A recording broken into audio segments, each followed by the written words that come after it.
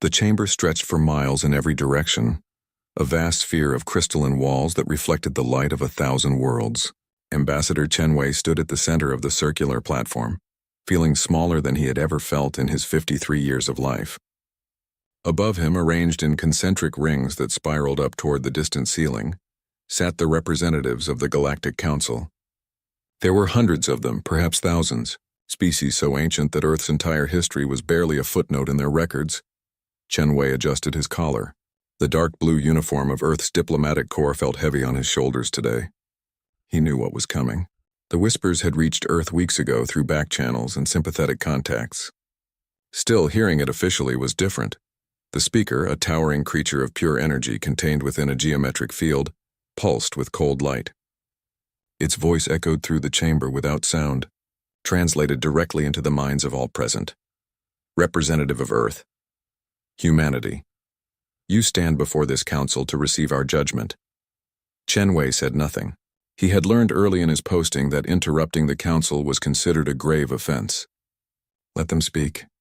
Let them reveal their arrogance. Your species has been part of the galactic community for 20 of your years. In this time, you have expanded beyond your home system at a rate that concerns us. You have militarized 12 colonies. Your fleet has grown from 30 vessels to over 800. Your research into weapon systems continues despite our recommendations for restraint. A murmur rippled through the assembled aliens. Some species chittered in their own languages. Others simply watched with eyes that had seen civilizations rise and fall.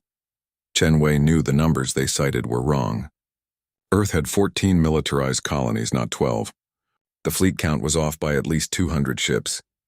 Either their intelligence was poor, or someone on Earth was doing excellent work keeping secrets.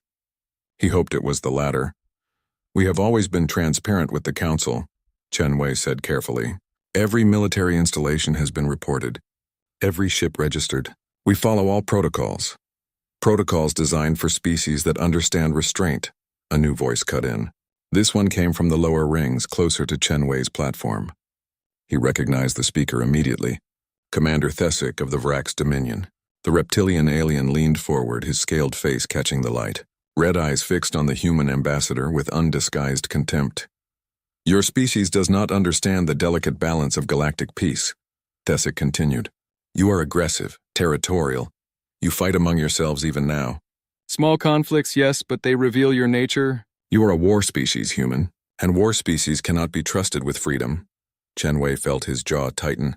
It was true that Earth still had conflicts. The Mars independence movement, the Outer Belt disputes, but these were minor compared to what humanity had overcome. The Third World War was 70 years in the past. The population crisis had been solved. Climate restoration was nearly complete. Humanity had united in ways that would have seemed impossible to his grandparents. We have been at peace for decades, Chenwei said. By your standards, THFY hissed, which are primitive and insufficient. The speaker pulsed again, silencing the Vrax commander. The council has deliberated. We have reached a decision. Humanity will reduce its military fleet by 80%. All weapons research will cease. 14 of your colonies will accept Vrax Dominion oversight to ensure compliance. These measures are for the safety of the galaxy. The words hung in the air like a death sentence. Chenwei felt his heart racing but kept his face neutral. Years of diplomatic training helped him maintain composure even as rage built in his chest. And if we refuse? He asked quietly. Then the council will implement corrective measures, the speaker replied. For your own protection and the protection of others. Chenwei wanted to laugh at that. Protection? They meant subjugation. They meant turning humanity into a vassal state.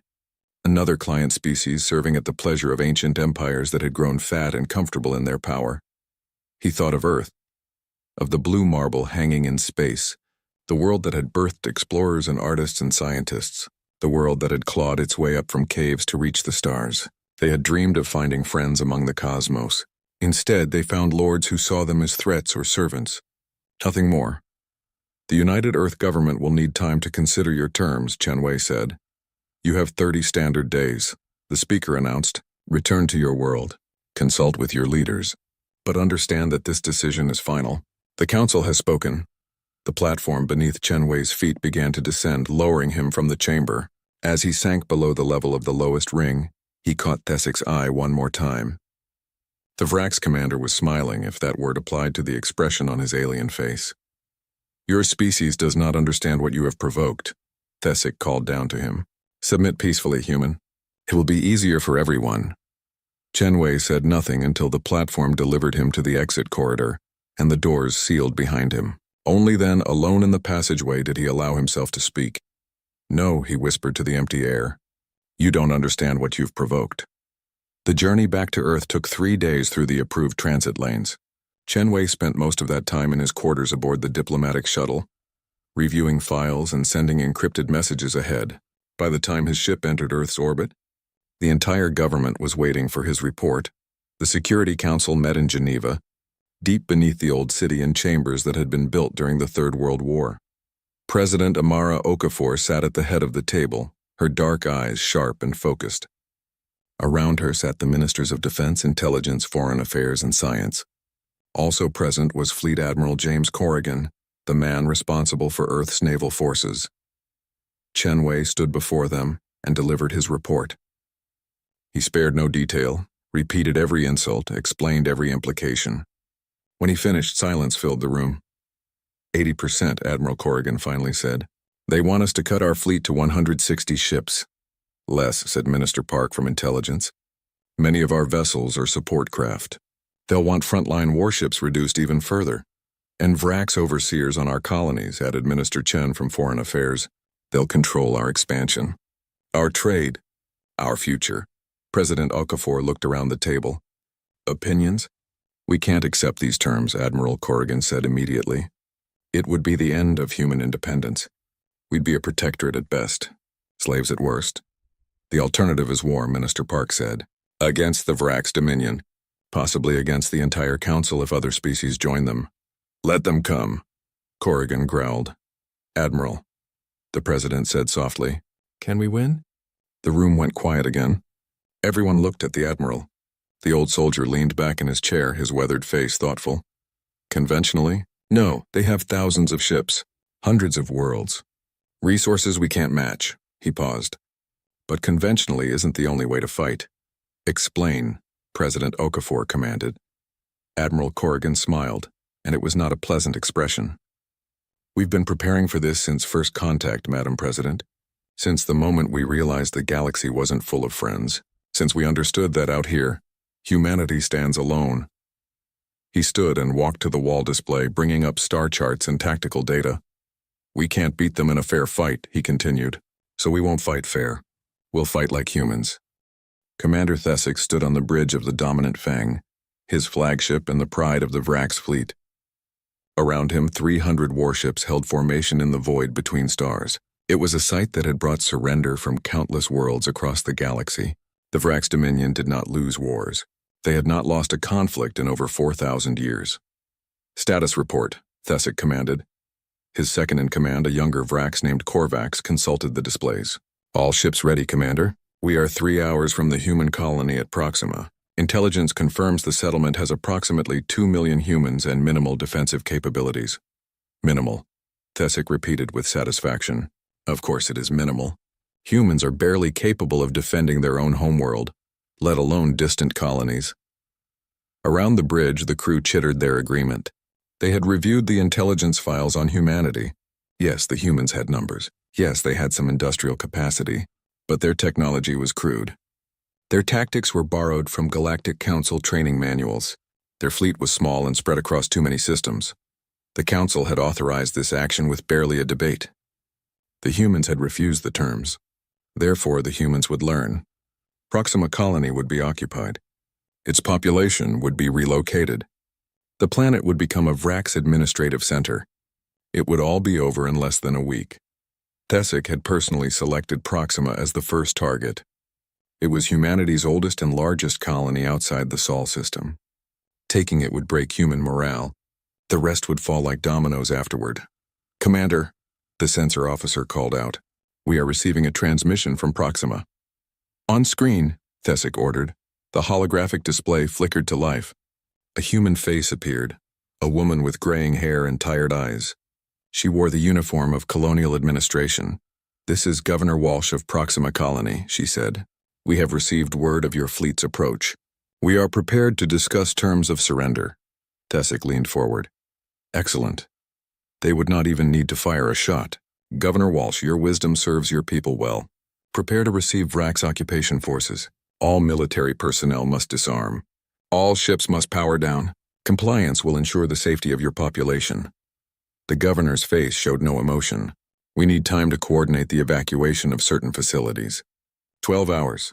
You have 6 hours, THFY replied. We are not patient beings, Governor. The transmission ended. Korvax turned to his commander with a puzzled expression. Sir, why would they need to evacuate facilities if they are surrendering? THFY waved a clawed hand dismissively. Humans are sentimental about their belongings. Let them gather their trinkets. It changes nothing. 6 hours later, the VRAX fleet entered orbit around Proxima. The planet hung below them, a green and blue world similar to Earth itself. Scanners showed the colony's major cities, the industrial zones, the agricultural regions, and they showed something else. Commander, the sensor officer said, his voice uncertain, I'm reading unusual power signatures across the planet. Energy spikes in seemingly random locations. Explain, THFY demanded. I cannot, sir. The signatures are not consistent with human technology as we understand it. And the colony appears to be evacuated. Life signs are minimal. Evacuated? THFY rose from his command throne. Where did 2 million humans go in 6 hours? The answer came in the form of weapons fire. Not from the planet, but from the black of space around them. Human ships appeared from nowhere, dropping out of some form of stealth or perhaps fold space.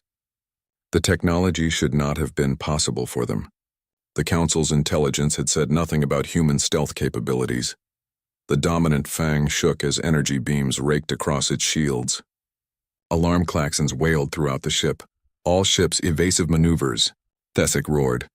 Return fire! Where did they come from? But the human attack was not random. It was coordinated with terrifying precision. The ships that appeared were smaller than VRAX warships, faster and more maneuverable. They struck at the fleet's flanks, targeting engines and weapon systems, and they were not alone. The unusual energy signatures on the planet's surface revealed their purpose. Massive railguns hidden beneath the surface opened fire. Kinetic rounds moving at a significant fraction of light speed tore through shields and armor. 3 VRAX ships exploded in the first volley. Impossible, Korvax shouted. Those weapons would require power generation beyond human capacity. Evidently not, THFY said grimly, watching his tactical display fill with hostile contacts. The humans had not evacuated to surrender. They had evacuated to turn their colony into a trap. The battle lasted 47 minutes. When it ended, 138 VRAX ships were destroyed or crippled. The remaining vessels, including the damaged dominant fang, retreated to the edge of the system. THFY stood on his bridge, staring at the casualty reports in disbelief. Nearly half his fleet. Gone. Destroyed by primitive humans who should not have possessed the technology or tactics to challenge the VRAX dominion. Get me a secure channel to the Council, he said quietly. We need reinforcements. How many ships, Commander? Korvax asked. THFY looked at the image of Proxima on his screen. The human ships were not pursuing. They held position around their planet, waiting. It was somehow more unsettling than if they had pressed their advantage. All of them, THFY said. Request all available ships. The message that reached the Galactic Council 3 days later caused chaos in the chambers. The VRAX, the Council's military arm for millennia, had been defeated. Not in a long campaign, but in a single engagement. And by humans, the Council convened an emergency session. Representatives who had barely paid attention during Chenwei's hearing now listened with full focus as THFY's report played before them. The humans have technology beyond our intelligence estimates. THFY's voice echoed through the chamber. Their tactics are unpredictable and ruthless. They sacrifice tactical positions to create strategic advantages. They use deception as a primary weapon, and they show no hesitation in striking at superior forces. The speaker pulsed with agitation. The Council authorizes reinforcement of the VRAX fleet. 500 additional ships will be dispatched to human space. This uprising must be contained. But in the back channels and private communications that flowed between species after the session, a different conversation was happening. Some representatives were nervous. Others were curious. A few were frightened. The Zephrani ambassador, whose species had been part of the Council for 20,000 years, sent a private message to her homeworld that night. It contained a single line of ancient text from her people's early history. The sleeping predator is most dangerous when it first awakens. On Earth, the news of the victory at Proxima was met with celebration and dread in equal measure. Admiral Corrigan stood in the war room beneath Geneva, watching the tactical displays with his senior staff. "They'll send more ships," Captain Sarah Okonkwo said. She was the youngest flag officer in the fleet, only 39 years old, but she had proven herself in the Mars conflict and the Belt campaigns. THFY barely used a fraction of Rack's strength. "Let them come," Corrigan said. Proxima was the test. "We proved the doctrine works. Now we scale it up." "Sir," one of the intelligence officers interrupted. "We're receiving reports from our assets in Council space. Multiple species are increasing their defensive postures. They're scared?" "Good," Corrigan said. "Fear is a weapon too. Make sure every species in the galaxy knows what happened at Proxima. I want them to understand that humanity doesn't fight like they do. We don't follow their rules. There are rules of war, Admiral," Okonkwo said carefully, "even in the Council's history." Corrigan turned to face his officers. His expression was hard. "There are rules for their wars. Polite wars. Wars where everyone agrees on how things should work. We're not fighting that kind of war. We're fighting for our survival, for our freedom. And in that fight, the only rule is winning." He pulled up a display showing the locations of human colonies, Earth's fleet positions, and the estimated deployment of Rack's reinforcements. "Proxima was a message," Corrigan continued. "Now we send a louder one. Captain Okonkwo, you'll take Strike Group 7 and conduct hit-and-run attacks on Rack supply lines. Don't engage their main fleet. Bleed them. Make them afraid to travel alone." "Yes, sir." "Commander Park," Corrigan turned to another officer, "I want our intelligence network expanded. Every species in the Council has weaknesses. Find them. I want to know which species will stay neutral, which might secretly support us, and which we need to make examples of." The orders continued, each one building on the others. Earth was not preparing for a single battle or even a single campaign. They were preparing for total war on a galactic scale, and they were preparing to win it by any means necessary. In his quarters that night, Admiral Corrigan stood at his window, looking up at the stars. Somewhere out there, the Vraks were licking their wounds and preparing for revenge. The Council was debating and planning. Ancient civilizations that had never known fear were learning what it felt like. The war entered its third month, and the galaxy was learning to fear a new phrase: human tactics. Commander THFY stood in the Council chambers, his scales dulled with exhaustion and shame. Around him, representatives from dozens of species watched as he delivered his report. The Vraks had sent 500 ships to reinforce his fleet. They had expected overwhelming victory. Instead, they had found nightmare. "The humans do not fight like any enemy we have encountered," THFY said, his voice carrying a weariness that shocked the assembled aliens. "They do not meet us in open battle. They strike from unexpected angles. They use civilian vessels as disguised warships. They mine asteroid fields and leave them as traps. They hack our communications and feed us false intelligence." The speaker pulsed with agitation. "These are violations of the Accords of War. Civilized species do not employ such methods. The humans do not consider themselves bound by our accords." THFY replied. "They say they never agreed to them. And they are right." A murmur spread through the chamber. Species that had fought under the yoke. Council's rules for thousands of years struggled to comprehend warfare without limits or honor. "Provide specific examples," the speaker commanded. THFY's claws dug into the railing before him. 2 weeks ago, we received a distress signal from the Kepler station. It is a neutral trading post protected under Council law. Our fleet responded to provide aid. When we arrived, we found the station had been rigged with explosives.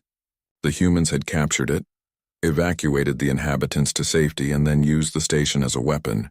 They detonated it as our ships approached. We lost 73 vessels. Gasps and shocked clicks echoed through the chamber. Using a neutral station as a weapon was unthinkable. The humans claim they purchased the station legally before the attack, THFY continued. They say it was no longer neutral.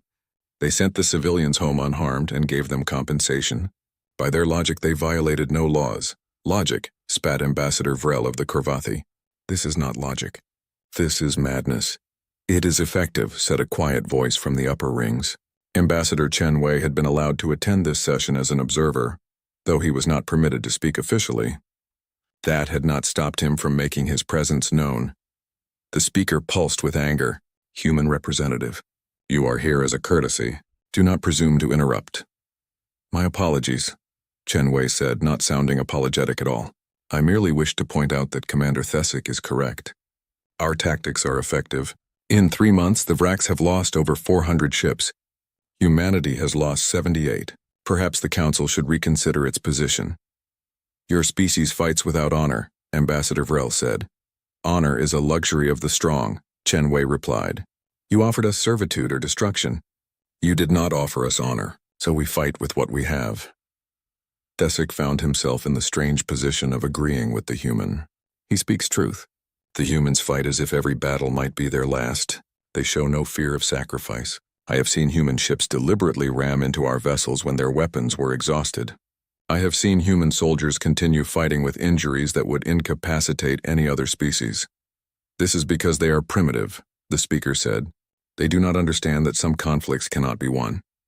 Or perhaps, we said Ambassador Tai of the Quen Collective, an insectoid species known for their philosophical nature, they understand something we have forgotten.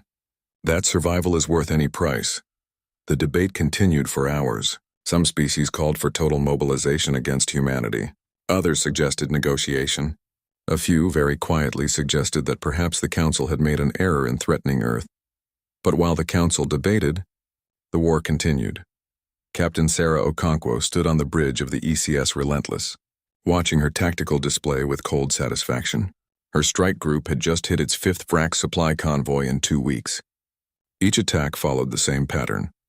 Appear from fold space, destroy the escorts, capture the supply ships, then vanish before reinforcements could arrive. All enemy escorts neutralized, her weapons officer reported.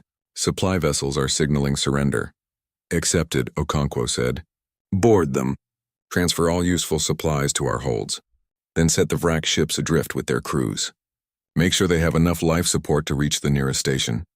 Her first officer, Commander Liu, raised an eyebrow. We're letting them go again? Always, Okonkwo confirmed. We want survivors. We want them to go home and tell stories about how easily we took them. Fear is a weapon, Commander. Use it, the technique was working. Human intelligence reported that Vrac supply crews were becoming nervous. Some refused assignments to dangerous routes. Others demanded larger escorts, which spread the Vrac's fleet thinner. Captain, the communications officer said, we're receiving an encrypted burst from Earth Command. New orders. Okonkwo read the message and felt her stomach tighten. The orders were bold, aggressive, and terrifying in their implications. Set course for the Vrac's breeding world of Talax 4, she said quietly. Maximum stealth, the bridge went silent. Everyone knew what Talax 4 was. It was a sacred world to the Vracs, home to their most important hatcheries and genetic repositories. It was also deep in Council-protected space, surrounded by defensive stations and patrol routes. Sir, Commander Liu said carefully, are we attacking a breeding world? No, Okonkwo said. We're sending a message. 5 days later, the Relentless and 3 other human stealth ships reached orbit around Talax 4. They did not fire a single weapon. Instead, they deployed drones that scattered across the planet's surface. Within hours, those drones had mapped every hatchery, every genetic facility, every population center, and then they broadcast that information to the entire galaxy. The message was simple. We know where you are. We know what you value. We could have destroyed this world. We chose not to. Choose wisely. The reaction was immediate and chaotic. The Vracs demanded Council action. Other species watched in horror as they realized the implication. If humans could reach Talax 4 undetected, they could reach anywhere. No world was safe. They violated our most sacred sites. Thesic raged in an emergency council session. They must be punished. They must be exterminated. But the voices calling for negotiation were growing louder. The Zafrani ambassador stood and addressed the council directly. We have been fools, she said. We treated humanity as children.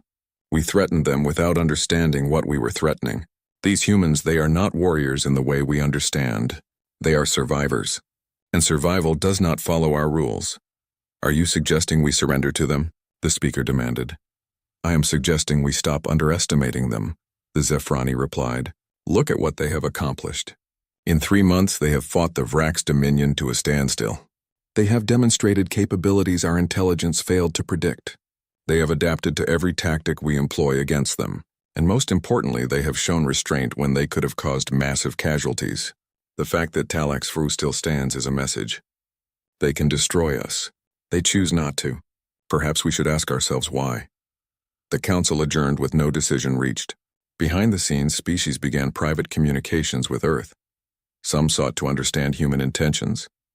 Others sought to distance themselves from the Vrax. A few sought alliance, seeing opportunity in the chaos. On Earth, Admiral Corrigan received reports of these contacts with satisfaction. The strategy was working. The council was fracturing. Species were choosing sides. The monolithic authority that had threatened humanity was breaking apart, but the cost was becoming clear. Human casualties were mounting. Colonies lived in constant fear of attack. The economy was straining under the demands of total war, and humanity's reputation was changing in ways that troubled some leaders. President Okafor met with her cabinet in the deep bunkers beneath Geneva. "I've been reading the intelligence reports," she said. "Other species are calling us the terror from Earth, the war demons. Some are translating our name as the merciless ones. Is that a problem?" Admiral Corrigan asked. "It might be," the president replied. "We wanted respect. We're getting fear. That's not the same thing." "With respect, Madam President," Corrigan said. "Fear keeps us alive. Respect can come later. After we've won. And what are we winning, Admiral? What does victory look like?" The question hung in the air. Corrigan had no immediate answer. He had been focused on tactics and strategy, on winning battles and breaking the enemy's will. But the larger question of what came after had not been fully addressed. "We're winning our freedom," he said finally. "We're winning the right to exist as an independent species.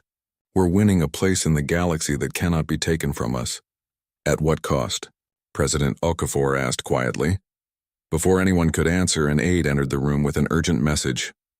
"Madam President, the Council has authorized the release of ancient weapons. They're deploying technology that has been banned for over 50,000 years. The room went cold. Everyone knew what that meant. The Council had maintained certain weapons in sealed vaults, technology so terrible that even in their long history of warfare, they had agreed never to use them again. Until now. "What kind of weapons?" Corrigan demanded.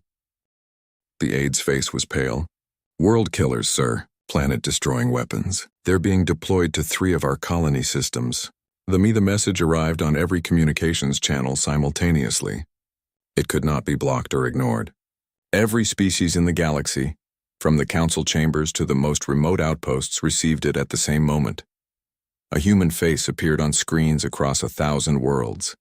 Commander Sarah Okonkwo looked directly at the camera with eyes that had seen too much in too few months. Behind her, through the viewport, a planet was visible. Not a human world. Something else.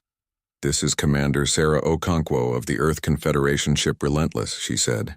Her voice was calm, almost emotionless. 6 hours ago, the Galactic Council deployed world-killer weapons to 3 human colony systems. They intended to exterminate approximately 15 million human civilians. They called this a proportional response. She paused, letting the words sink in across the galaxy.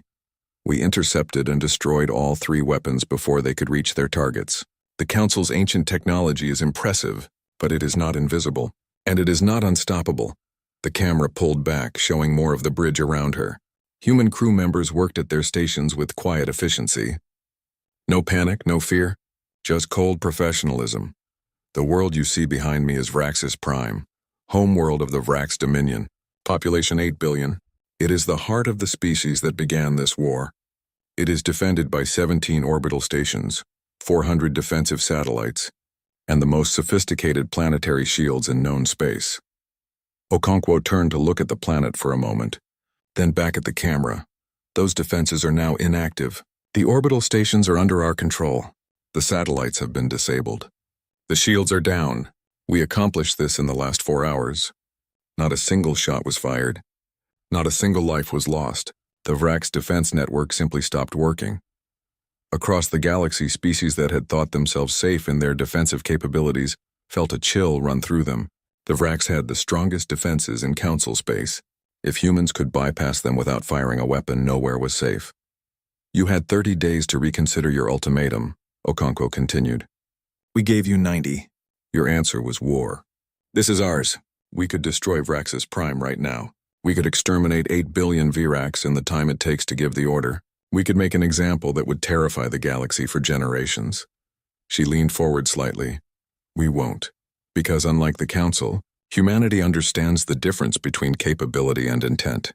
We have shown you that your defenses cannot stop us. We have shown you that your ancient weapons will not save you. We have shown you that this war cannot be won through force. Now we ask a simple question. Do you want to continue learning these lessons? The transmission ended. The galaxy held its breath. On Vraxis Prime, panic spread through the streets. Citizens looked up at the sky where human ships hung in orbit like executioners' blades. The fact that no weapons fired made it worse somehow. The humans were making a point. They were demonstrating control. Absolute, terrifying control. Commander THFY stood in what had been the primary defense coordination center. Human soldiers were stationed at key points, their weapons ready but not aimed at anyone. A young human lieutenant approached him. Commander THFY, the lieutenant said respectfully. Commander Okonkwo requests your presence aboard the Relentless. Am I a prisoner? THFY asked. You're a guest, sir. There's a conversation that needs to happen. THFY was escorted to a shuttle and flown to the human flagship. As he walked through its corridors, he observed everything. The ship was smaller than Vrax equivalents, but more efficient. The crew was younger than he expected, and there was something in their eyes, a hardness that came from fighting a war they never wanted but had learned to excel at. Okonkwo met him in her ready room. She offered him a seat and something that looked like refreshment. The human female studied him with those same hard eyes. You're wondering how we did it, she said. Obviously, THFY replied. Your technology should not be capable of penetrating our defenses. It isn't, Okonkwo said. We didn't use force. We used something else. Tell me, Commander. How long has your species been using the same defense protocols? THFY thought about it. 3,000 years, perhaps more. They are proven, reliable, and unchanged, Okonkwo said. That's the problem with ancient civilizations. You perfect something, and then you stop innovating. You assume that what worked for thousands of years will continue to work. She pulled up a display showing schematics of Vrax defense systems. We've been studying your network since the war began. Every captured ship, every intercepted transmission, every technical manual we could steal or purchase. And we found something interesting. Your security is excellent against direct attacks, but it assumes the attacker is using similar technology and tactics. It never occurred to your designers that someone might approach the problem differently. You hacked our systems, THFY said. We did more than that. We introduced an AI virus into your supply chain 6 weeks ago. It has been slowly spreading through every Vrax system, learning and adapting. When we gave the command, it activated simultaneously across your entire defensive network. We didn't break through your defenses, Commander. We convinced your defenses that we belonged there. THFY felt something he had rarely experienced. Genuine fear. You could do this to any species. Yes, Okonkwo said simply. That's the point. This war isn't about who has more ships or bigger weapons. It's about who adapts faster, who thinks differently, who's willing to go places that ancient civilizations forgot to guard. Why are you telling me this? THFY demanded. Because you're going to deliver a message for us. To the Council. To every species that thought humanity could be bullied into submission. Okonkwo stood and walked to the viewport. Below them, Vraxis Prime turned slowly, unaware of how close it had come to annihilation. We don't want to exterminate anyone, she said. We don't want to rule the galaxy. We don't want to be feared, but you didn't give us a choice. You threatened our existence, so we showed you that threatening us is a mistake. We showed you that we can reach anyone, anywhere, anytime we choose. She turned back to face him. The war ends now, not because we've beaten you, but because continuing it serves no purpose. We've made our point. The question is whether the Council is wise enough to understand it. What are your terms? THFY asked quietly. Withdraw all Vrax forces from human space. Recognize human sovereignty over our colonies. Give humanity full voting rights in the Council. And create a Security Council where humanity has equal voice in decisions of war and peace. Those are our terms. They are not negotiable. The Council will never agree, THFY said. Then we'll visit more homeworlds. We'll disable more defenses. We'll demonstrate our capabilities until agreement is reached. We can do this the easy way or the hard way. The choice is yours." THFY was silent for a long moment. He thought about the 300 ships he had brought to Proxima expecting easy victory. He thought about the thousands of Vraks who had died in this war. He thought about his homeworld hanging helpless beneath human guns. "I will deliver your message," he said finally, "but I cannot promise the Council will listen." "They'll listen," Okonkwo said, "because if they don't, the next time we visit a homeworld we might not be so merciful, and we'll make sure every species in the galaxy knows it." The Council met in emergency session. The chamber was more crowded than anyone could remember. Representatives stood in the aisles. Security had been tripled. Fear hung in the air like smoke. THFY delivered his report and humanity's terms. When he finished, chaos erupted. Some species demanded immediate agreement. Others called for continued resistance. Many simply sat in shocked silence, processing the implications of what had happened. The speaker pulsed erratically, struggling to maintain order. "This is unprecedented. Humanity has violated every principle of civilized warfare. They have demonstrated weapons and tactics that threaten the stability of the entire galactic order. They demonstrated restraint," Ambassador Tai of the Quen Collective said. "They could have destroyed Vraxis Prime. They chose not to. That shows more civilization than our attempt to intimidate them into servitude." "They are dangerous," Ambassador Vrel argued. "More dangerous than we imagined. We cannot allow them to have power in the Council. We cannot stop them from taking it," the Zephrani ambassador said bluntly. "That is the reality we must face. Humanity has proven they can reach any world, disable any defense, strike any target. Continuing this war will only result in more demonstrations, more fear, more instability." The debate raged for hours, but slowly, reluctantly, a consensus emerged. Not because the Council wanted to agree to human terms, but because the alternative was worse. In the end, the vote was called. By a narrow margin, the Council agreed to negotiate. Not surrender, not complete capitulation, but negotiation from a position of equality rather than superiority. Ambassador Chen Wei received the news in his quarters on the diplomatic station. He sat alone, looking at the message, feeling strangely empty. Humanity had won. They had forced the ancient powers of the galaxy to recognize them as equals. They had secured their freedom and independence, but the cost was visible in... 1 year later, the Galactic Council chamber looked much the same. The crystalline walls still reflected the light of distant worlds. Representatives still filled the spiral rings ascending toward the ceiling. But something fundamental had changed. The atmosphere was different. Where once there had been comfortable certainty, now there was cautious respect tinged with fear. Ambassador Chen Wei stood at the central platform once again. But this time he was not alone. Beside him stood Admiral Corrigan and President Okafor, present for the formal treaty signing. And around them, in positions of equal status rather than supplicant below, stood a delegation of human representatives. The speaker pulsed with light, its voice resonating through the minds of all present. "We gather to formalize the Treaty of Recognition. Under its terms, humanity is granted full membership in the Galactic Council with all rights and privileges thereof."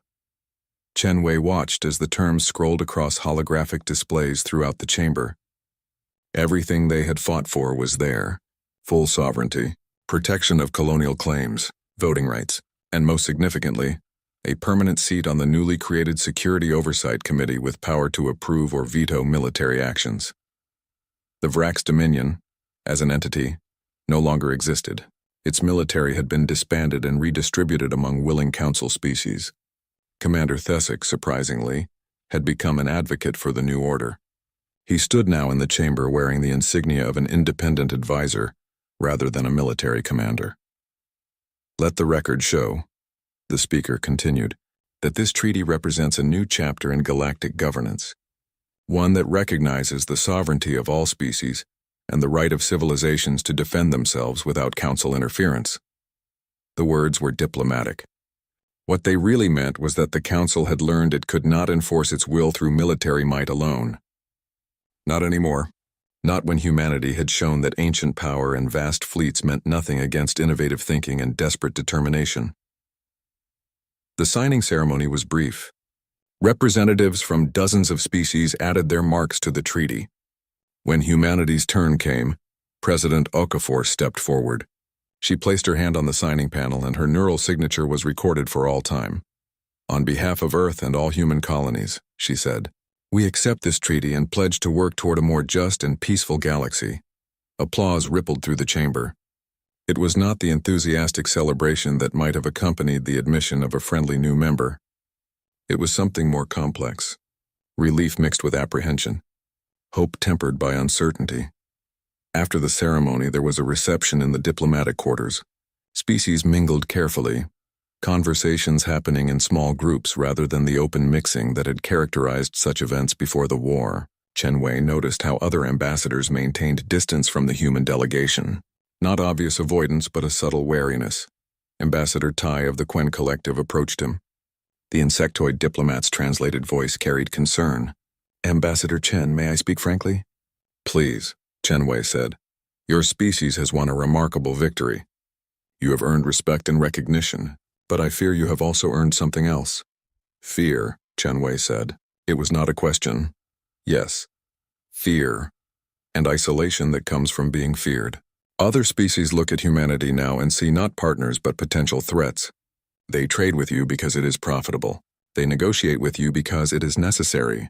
But they do not trust you. Chenwei nodded slowly. He had seen the same thing in intelligence reports and diplomatic communications. Humanity had achieved its goals, but the cost was measured in more than casualties. "What would you advise?" he asked. Tai's compound eyes reflected the chamber's light. "Time. Patience. Demonstrate that humanity's capacity for violence is matched by capacity for cooperation. Show the galaxy that you can be friends as well as warriors. It will not be easy. Trust, once broken, takes generations to rebuild." Across the room, Admiral Corrigan was having a different conversation with a group of military observers from various species. They asked technical questions about human tactics and ship design. Some wanted to understand how to defend against human strategies. Others wanted to learn and adapt them. "The key is flexibility," Corrigan explained. "Most species develop military doctrine and stick with it for centuries. We change our approach constantly. Every battle teaches us something new. Every enemy shows us something we can adapt." A Korvathi admiral, his crystalline body refracting light into rainbow patterns, asked the question others were thinking. "Is it true that humanity has no formal restrictions on warfare? That any tactic is acceptable?" Corrigan considered his answer carefully. "We have restrictions. We don't target civilians intentionally. We don't use weapons of mass destruction without cause. We don't torture prisoners or enslave conquered populations. But within those boundaries, we use every advantage we can find. In war, the side that limits itself to comfortable tactics usually loses." "That is a frightening philosophy," the Korvathi said. "Yes," Corrigan agreed. "It is. War should be frightening. It should be the last resort, not the first. But when it comes, we believe in fighting to win quickly and decisively. Prolonged conflict causes more suffering in the long run." The conversations continued late into the evening. Slowly, bridges were being built. Not the bridges of easy friendship, but the bridges of mutual understanding between species that had learned difficult lessons about each other. Commander THFY found Chenwei on an observation deck overlooking the station's central core. Zavrak stood beside the human ambassador in silence for a moment, watching ships come and go from the docking bays below. "I have been thinking about the war," THFY said finally, "about how it began. The Council ordered me to subjugate your species because we believed you were dangerous. We were right, but not in the way we thought." "How do you mean?" Chenwei asked. "We thought you were dangerous because you were aggressive, because you built weapons and expanded your territory. But many species do these things. What makes humanity dangerous is something else. You do not accept the way things are. You do not follow the patterns that ancient civilizations have followed for millennia. You see rules and you ask, why must we follow them? You see impossible challenges and you ask, what if we try anyway?" THFY turned to face Chenwei directly. "That is what makes you dangerous. Not your weapons. Not your tactics. Your unwillingness to accept limits that others take for granted. Is that a criticism or a compliment?" Chenwei asked. "Both," THFY said. "And a warning.